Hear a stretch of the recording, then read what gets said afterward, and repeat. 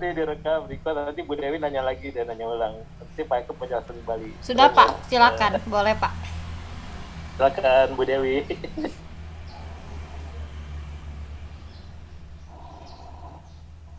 Ini beneran diulang Pak?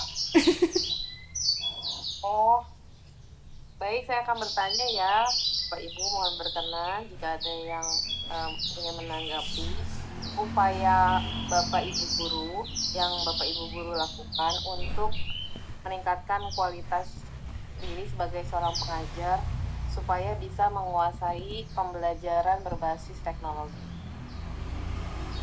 Terima kasih yang sudah berkenan menjawab. Ya baik, selamat siang Bapak Ibu, Bu Peti. Saya izin menanggapi pertama ya Bu Peti ya.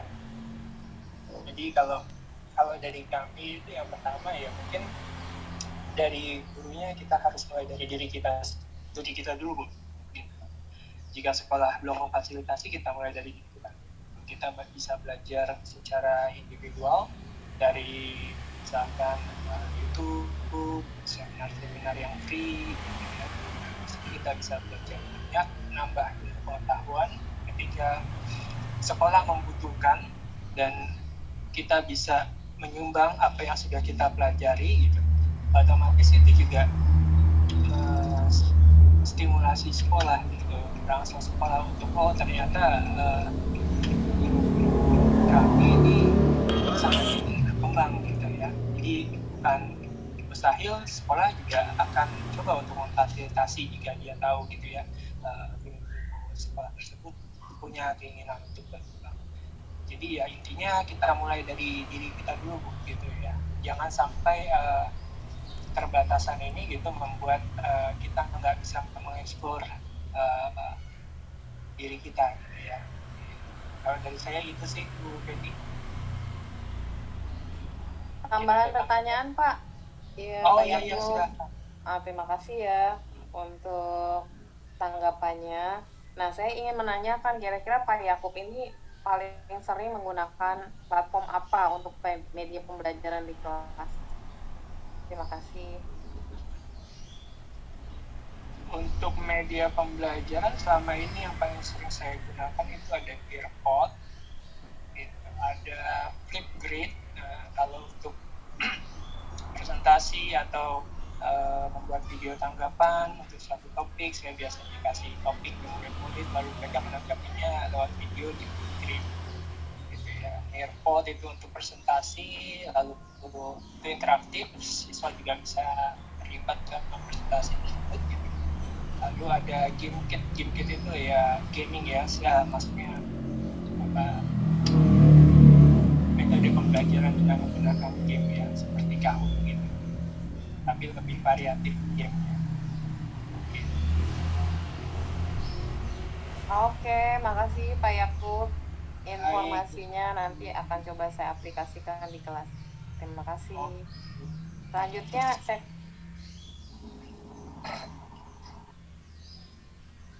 Selanjutnya saya kembalikan kepada Ibu Peti. Silakan Ibu.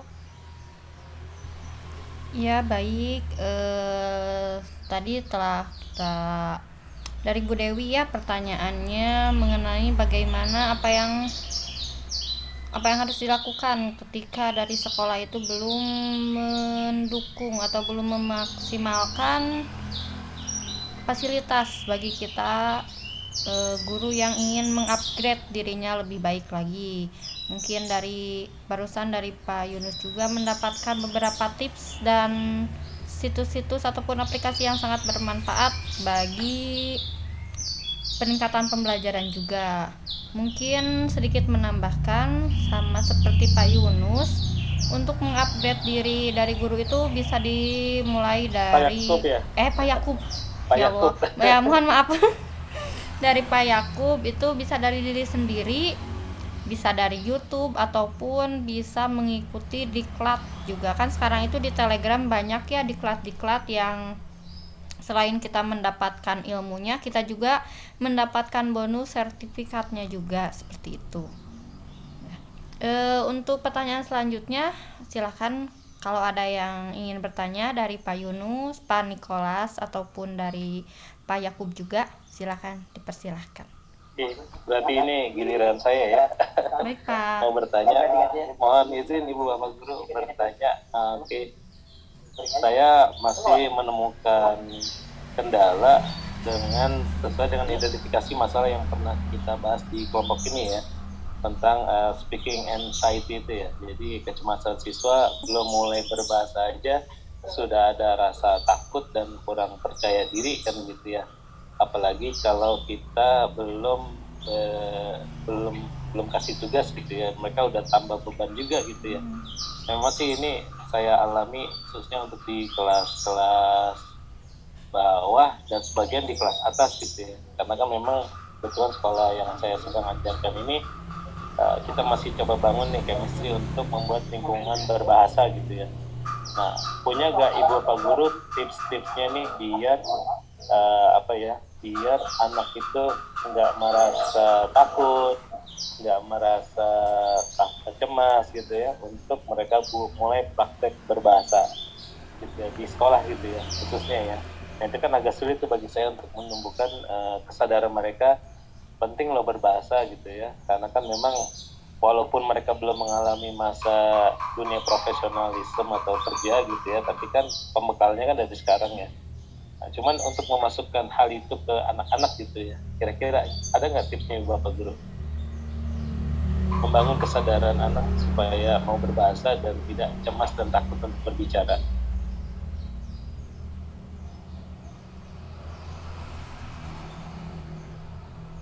Halo, ada yang bisa menanggapi?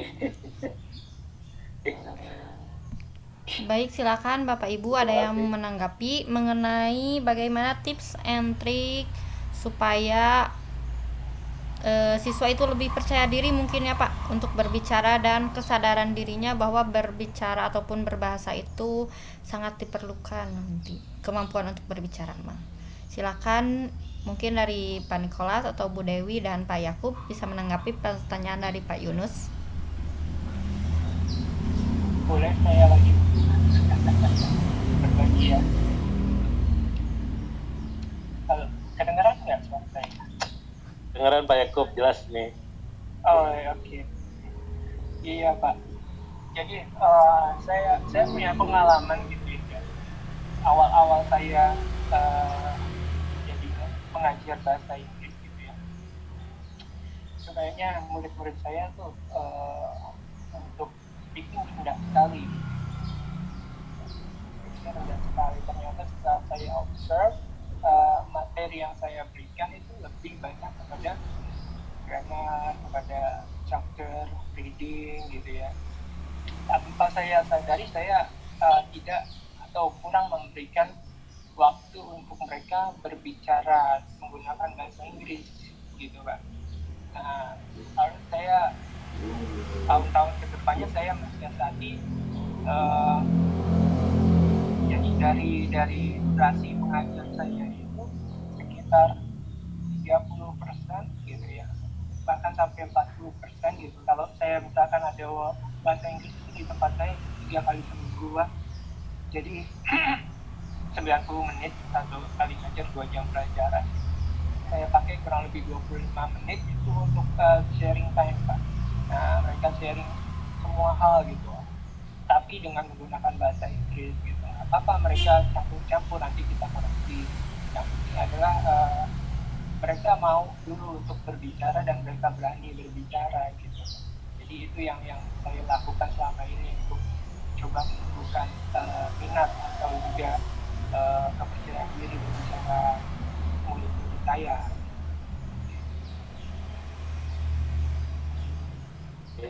Tipsnya keren nih ya. Terima kasih banyak nih Pak Yakub nih. Ya. Oke, masukan yang baik ya. Oke, dari suhu kita nih mungkin Pak Niko boleh dong kasih masukan dong. Pak, ya ini sedikit masukan saja. Mungkin kalau di tempat saya kan tidak semuanya yang join dari sekolah yang dengan berbahasa Inggris yang baik. Jadi kadang-kadang ada dari sekolah negeri masuk ke sekolah saya yang padahal di sana kan harusnya first language ya. Jadi kalau dari kita sebetulnya anak kalau terpaksa belajar, terpaksa menggunakan, lama-lama bisa Pak. Jadi sama sih sebetulnya sama orang ya. Jadi kalau memang kayak kita tesnya besok 1 malam sebelum tes kan lebih cepat belajar ya Pak. Ya sebetulnya hampir sama dengan anak-anak yang SKS ya, SKS ya. betul Pak. Jadi kayak tadi yang disampaikan oleh Bu Ani, memang untuk belajar anak-anak buat menimbulkan motivasi ya tergantung lagi ke anaknya lagi lah caranya gimana ya. Kalau di tempat saya sih so far buat menyadarkan mereka pentingnya buat berbicara sih lumayan besar ya Pak. Jadi memang urgensinya ada. Kalau tidak bisa pakai bahasa Inggris, mereka nggak bisa communicate well, nggak ngerti apa instruction dan lain-lain. Jadi memang perlahan-lahan Pak, memang istilahnya kelihatannya kejam tapi dipaksa nanti mungkin sekitar 2 bulan atau 3 bulan akhirnya mereka mau mulai bicara sih Pak. Oke, terima kasih banyak Pak Niko. Oke.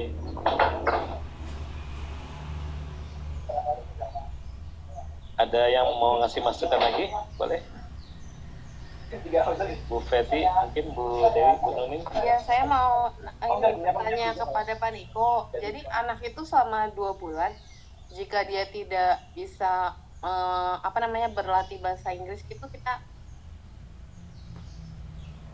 gitu ya. Kalau dia belum bicara dengan bahasa Inggris. Jadi di tempat saya even kalau recess, kalau makan siang ataupun lagi snack time, mereka sih mainly speak in English. Jadi memang kalau yang rata-rata yang belum bisa, jadi mau nggak mau kalau mau ngobrol sama teman sama guru pasti kan pakai bahasa Inggris. Kita juga kasih program kalau memang ada anak baru yang join, kita ada stay after school hampir tiap hari, sekitar 3 kali lah paling tidak, paling sedikit buat anak tersebut. Jadi paling nggak buat ngejarnya cukup bisa gitu Bu Pak. Jadi memang kalau yang dilihat sekarang yang kalau joinnya di kelas 1, kelas 2, kelas 3 masih bisa Pak, jadi masih catch up with the material. Tapi kalau memang kalau yang udah kelas 4, 5, 6, saran saya sih jangan ya, nanti malah bukan memotivasi, nanti bikin breakdown anak gitu sih. Tapi kalau yang dari awal masih kayak istilahnya masih bisa dibentuk seperti kelas 1, kelas 2 bisa Bu. Jadi itu memungkinkan sama sih kayak kalau kita minta ke Bali kan, di Bali mostly ada turis kan, berarti paling enggak mereka ada waktu untuk harus berbicara dengan bahasa Inggris. Sama kalau di lingkungan sekolah juga dibentuk seperti itu, paling tidak mereka ada simulasi juga untuk bicara bahasa Inggris, ada motivasi juga, tujuannya biar apa gitu, ada lebih jelas Bu. Jadi even kalau nggak bisa bahasa Inggris nanti kan hampir semua lesson pakai bahasa Inggris, jadi nggak mungkin survive juga. Jadi memang harus mau tidak mau sih insting manusia kan seperti itu, yang seperti saya bilang ya Pak, kalau sudah pepet pasti bisa, jadi power of pepet ya kalau kita bilangnya. Jadi memang so far sih ya lancar Bu, tapi memang harus ada paksaan sedikit kalau dilihat di tempat saya. Ada nggak Pak yang karena paksaan tersebut anak sampai nangis atau trauma gitu Pak, nggak mau ke sekolah? Enggak sih Bu, lesnya gimana ya, tapi dari pembelajarannya juga pasti berbeda Bu. Jadi memang karena itu kan beberapa lessonnya juga fun, terus lingkungannya juga oke. Ya so far sih nggak ada yang sampai seperti itu Bu. Di awal juga kalau kita terima anak, biasanya kita minta feedback juga dari psikolog buat IQ ya. Jadi di intelijensinya, di bahasanya seperti apa, apakah bisa catch up atau tidak, kita ada pertimbangan juga di situ. Jadi tapi tidak semua anak berarti langsung kita terima. Kalau memang low banget ya kita biasanya sarankan untuk belajar lagi, les lagi dan lain-lain. Tapi kalau tidak bisa ya memang kita arahkan untuk sekolah yang nasional saja gitu. Oke, Pak Niko, kira-kira kalau program di sekolah yang kalau nggak bicara bahasa Inggris didenda, itu efektif nggak sih Pak Niko? Oh, kita tidak didenda ya Bu, memang kebutuhan ya kan susah ya, kalau kebutuhan ya mau nggak mau kan dia have to learn gitu. Kalau didenda sih kayaknya susah Bu, kalau mendingan kalau menurut saya mendingan kayak dulu dikasih project yang berbahasa Inggris, pokoknya tanya ke siapa, bikin interview atau bikin apa, lebih itu sih lebih lebih enak. Tapi kalau didenda sih saya belum tahu, mungkin dari yang teman-teman yang lain boleh menanggapi. Mohon maaf izin menanggapi untuk yang Ibu Dewi. Mungkin untuk yang Pak Nikolas itu sebenarnya sekolahnya itu sudah terbentuk ya dan disediakan. Jadi untuk bahasa Inggris di Pak Nikolas itu merupakan kebutuhan seperti itu. Tapi kalau sepertinya di sekolah Bu Dewi dan di sekolah saya, mungkin pembelajaran bahasa Inggris itu masih sebagai tambahan. Jadi untuk pembelajaran bahasa Inggris itu siswa belum sampai belum sampai suatu kebutuhan. Tapi hanya sampai mungkin ya di sekolah saya itu sampai diperkenalkan dan mencoba untuk dibiasakan. Makanya tadi dari Ibu Dewi itu mungkin ada kalau ada yang tidak berbicara bahasa Inggris apakah didenda atau misalnya akan diberikan hukuman, itu pernah dilaksanakan di sekolah saya.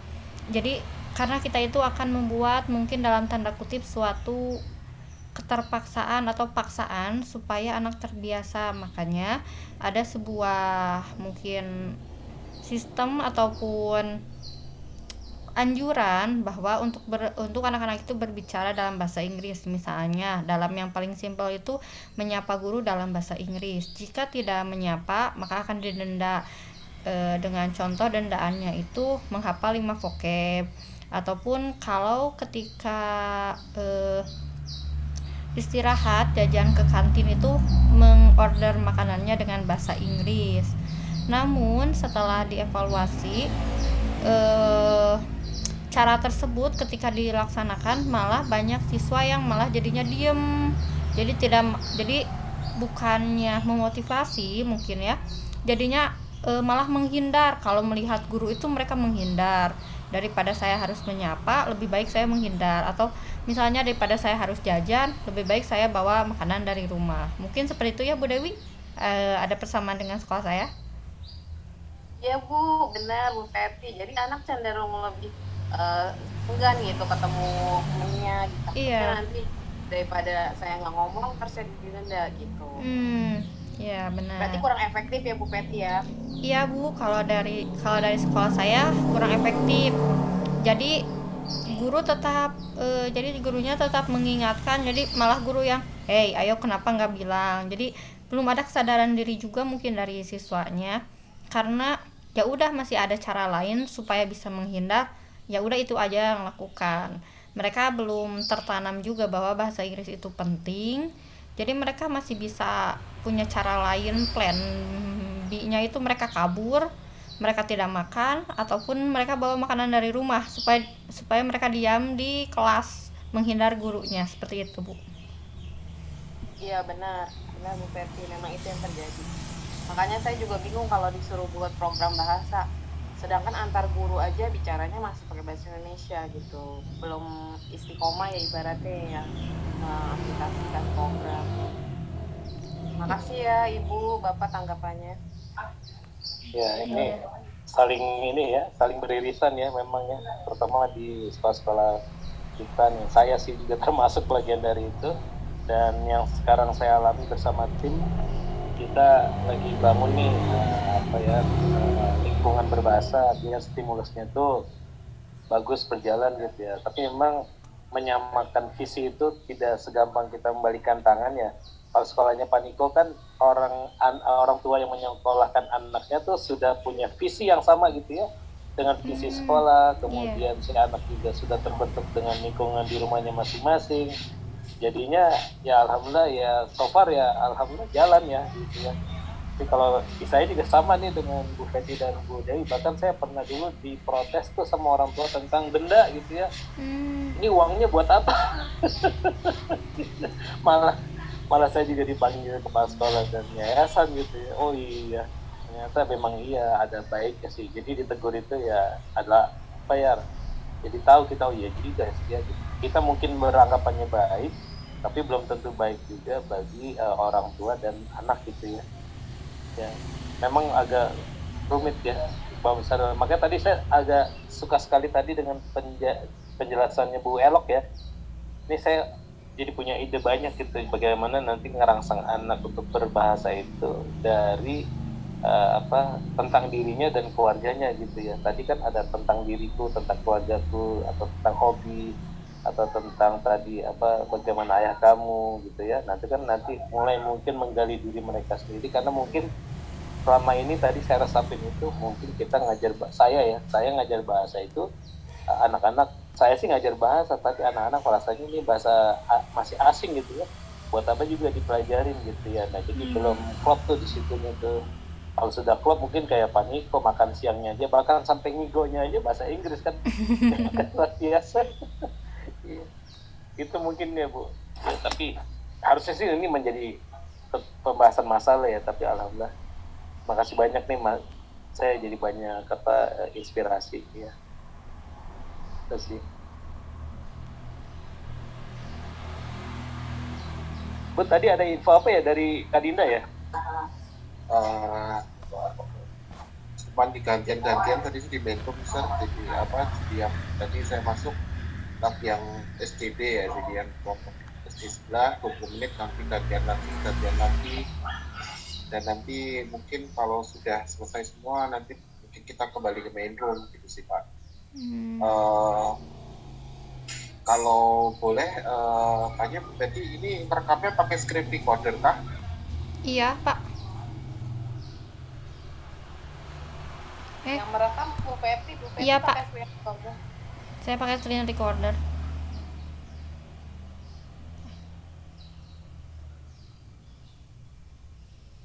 Ini sesi tanya jawab sudah selesai ya Bapak Ibu, atau mau dilanjut satu lagi atau sudah cukupkah? Karena tadi Pak Yakub juga udah lumayan banyak sharing, Mas Dewi juga tadi, Bu Peti juga sudah menjawab. Kalau begitu kita akhiri sesi tanya jawabnya buat wawancaranya. Siap.